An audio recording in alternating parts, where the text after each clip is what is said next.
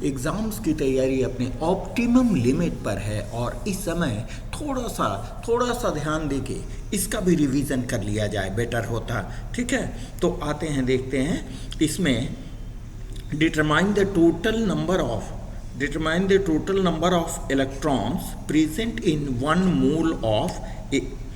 Mole of hydrogen atom या H2, 1 mole of H2। ठीक है, तो इसको निकालने के लिए क्या करेंगे, H2 में टोटल नंबर ऑफ एटम्स निकाल लेंगे। एक हाइड्रोजन के एक एटम में एक इलेक्ट्रॉन, तो 2 एटम में 2 इलेक्ट्रॉन। ठीक है, नंबर ऑफ एटम्स निकालने के लिए क्या करेंगे, वोगाड्रो नंबर से मल्टीप्लाई करेंगे और नंबर ऑफ एटम्स से मल्टीप्लाई करेंगे। मल्टीप्लाई करके आपका आंसर आएगा इतना। इसको सिग्निफिकेंट फिगर में लिखा गया है, ध्यान देंगे आप लोग। ठीक है, फाइनली नेक्स्ट ये सवाल जो समझने वाला है, which of the following has the largest number of atoms. Largest number of atoms क्या होगा, 1 ग्राम गोल्ड में या 1 ग्राम सोडियम में या 1 ग्राम लिथियम में, 1 ग्राम Cl2 में। ठीक है, 1 ग्राम Cl2 में। इसके लिए क्या करेंगे, टोटल नंबर ऑफ एटम्स निकालना है। टोटल नंबर ऑफ एटम्स का फॉर्मूला क्या होता है, number of moles multiplied by Avogadro number. तो नंबर ऑफ मोल्स के लिए हम इन सभी के एटॉमिक नंबर से एटॉमिक मास को, गिवन मास को एटॉमिक मास से डिवाइड कर देंगे, तो हमारा ये नंबर ऑफ मोल्स निकल जाएगा। इसको एवोगाड्रो नंबर से मल्टीप्लाई करेंगे तो नंबर ऑफ एटम्स निकल जाएगा। ठीक है, तो यहाँ गोल्ड का होता है 197, सोडियम का 23, लिथियम का 7 और क्लोरीन का 71। तो बिल्कुल क्लियर है, जिसका डिनोमिनेटर माने हर में सबसे छोटी संख्या जो हो वही मैक्सिमम नंबर होगा। तो इसका आंसर होगा आपका 1 ग्राम ऑफ लिथियम में मैक्सिमम नंबर ऑफ एटम्स होंगे। ठीक है, गलती से 1 ग्राम Cl2 आप मत लिख देना। This is the correct answer. आइए सिग्निफिकेंट फिगर के लिए हम एक चार्ट दे रहे हैं। ठीक है, जैसे डेसिमल के बाद जितनी भी संख्याएं होती हैं उसमें 0 नहीं है। ठीक है, तो वो सभी सिग्निफिकेंट फिगर होती है। 0.578 इसमें सिग्निफिकेंट फिगर 3। अगर 2 नॉन जीरो डिजिट के बीच में 0 हो, जैसे 6 और 9 के बीच में 2 0 है, तो वो दोनों सिग्निफिकेंट फिगर होगा। ठीक है, यहाँ पर सिग्निफिकेंट फिगर 4।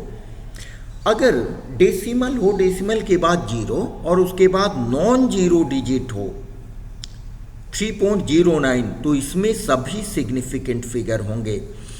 यहाँ देखिए 3200 यहाँ डेसिमल नहीं है और लास्ट में 20 है, तो ये 20 सिग्निफिकेंट नहीं होगा, केवल सिग्निफिकेंट फिगर होगा 2।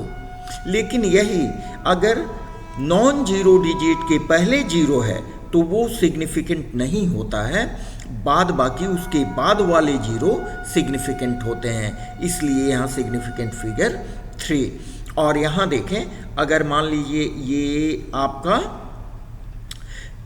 है 4.07 इंटू 10 टू द पावर -7, तो 10 के जितने भी पावर्स होते हैं वो सिग्निफिकेंट फिगर में काउंट नहीं किए जाते हैं, जिसके कारण इसका सिग्निफिकेंट फिगर 3। जस्ट रिवीजन के लिए यहाँ देखिए, if you have 300 ml of 1.m NaCl, तो ये हो गया आपका क्या, ये हो गया आपका V1 और ये हो गया आपका M1। ठीक है, हाउ मेनी मिलीलीटर माने V2 आपको कैलकुलेट करना है, V2 आपको कैलकुलेट करना है। ठीक है, जबकि M2 आपको दिया गया है, M2 दिया गया है, तो इसका फॉर्मूला क्या होगा, V1M1 is equal to V2M2, V2 is equal to V1M1 by M2। ठीक है, तो V1 के बदले आप 300, M1 के बदले 1.5 बाई 4.5, ये देखिए आपको कट जाएगा, 3 से 3 कट जाएगा, यहाँ 100, आंसर होगा 100 ml। नेक्स्ट आते हैं एम्पिरिकल फार्मूला ऑफ CH3COOH। इसके लिए क्या करेंगे, आप कार्बन, हाइड्रोजन और ऑक्सीजन का रेशियो देखेंगे। यहाँ क्या है, कार्बन 2 है तो 2, हाइड्रोजन 3 और 1 4 is to 4 और ऑक्सीजन भी 2। सिंपलेस्ट रेशियो होगा 1:2:1, इसलिए इसका एम्पिरिकल फार्मूला हो जाएगा CH2O। ठीक है, यहाँ देखिए कार्बन 1, हाइड्रोजन 2 और ऑक्सीजन 1।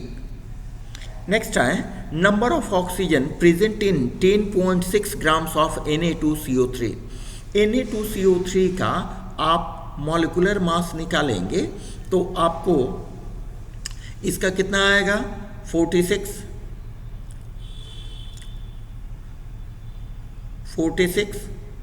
प्लस 12 प्लस 48 तो 60, 106 106। ठीक है, तो इसमें क्या करेंगे, number of oxygen present, oxygen atoms.